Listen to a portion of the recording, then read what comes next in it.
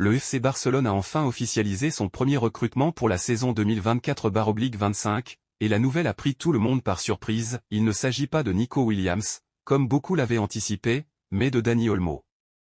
En effet, le jeune et talentueux joueur espagnol du RB Leipzig a été choisi pour renforcer l'effectif catalan, malgré le fait que Nico Williams ait été la priorité initiale du club. Après plusieurs semaines de spéculation et de retard concernant Williams, le FC Barcelone a décidé de se tourner vers Dani Olmo, un joueur qui n'a jamais caché son désir de revenir au Camp Nou.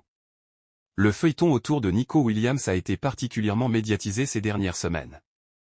Le jeune attaquant de l'Athletic Club a été au centre de nombreuses rumeurs concernant un transfert potentiel au FC Barcelone. La pression est montée lorsque le club blaugrana a exprimé son intention de payer la clause de libération de Williams, créant ainsi un climat d'incertitude pour le joueur et son club actuel.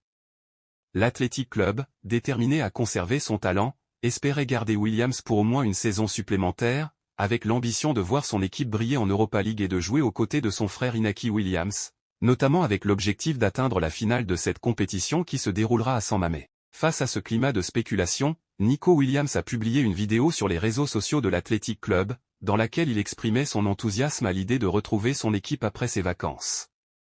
Dans cette vidéo, Williams a déclaré « Opa Atleti. Je suis de retour avec une grande motivation pour cette nouvelle saison. Allons Athletic !» Ces propos ont clairement indiqué son intention de rester avec l'Athletic Club, mettant fin aux rumeurs de transfert et affirmant son engagement envers le club de Bilbao. Alors que cette situation se développait, des médias proches du FC Barcelone ont continué à alimenter les spéculations concernant un transfert imminent de Nico Williams. Un collaborateur du programme El Chiringuito, Jordi, a affirmé que l'accord avec le Barça était pratiquement conclu, laissant entendre que la présentation de Williams comme nouvelle recrue du club catalan était imminente. Cependant, malgré ces prévisions optimistes et l'intérêt manifeste du président du FC Barcelone, Joan Laporta, qui avait exprimé son désir de faire signer Williams en répondant à un supporter, la décision de Williams de rester à l'Athletic Club a mis un terme définitif à ces spéculations.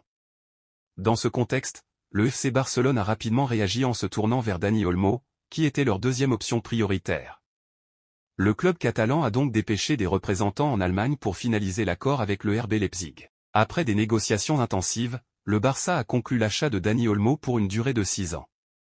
Le montant total de la transaction s'élève à 62 millions d'euros, comprenant 55 millions d'euros fixes et 7 millions d'euros en variable.